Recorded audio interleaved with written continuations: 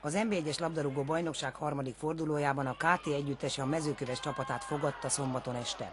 A találkozó hazai rohamokkal kezdődött, és 10 perc alatt akár több góllal is vezethettek volna Csordásék. Volt, amikor ők hibáztak, de volt, amikor a bíró intett nagyvonalúan előszabályt a 11-es helyet.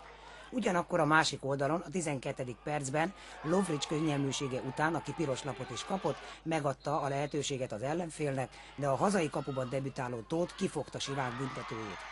Az immár emberhátrányban játszó KTE játékosai nemes bosszút álltak, pedig a sportolók és a közönség idegrendszerét borzoló ítéletek ezután is akadtak szép számmal. Például a 19. percben Savicsot utolsó emberként lerántó ellenfél játékosa piros helyett egy laza sárgát kapott. Ráadásul a láthatóan zavarodott játékvezető a KTE edzőjét is a lelátóra száműzte. Éppen felért, amikor Savics egy szabadrúgást követően a labdát elegánsan a kapuba csavarta. 10 percre rá Némedy beívelése után Balázs is betalált, így 2-0-val mehettek pihenni a csapatok. A második félidőben az emberelőnyben lévő Mezőkövesd átvette a játék irányítását, és Ragó révén a 70. percben szépített. Rá 8 percre Némedy szép egyéni teljesítménnyel növelte a hazai előnyt.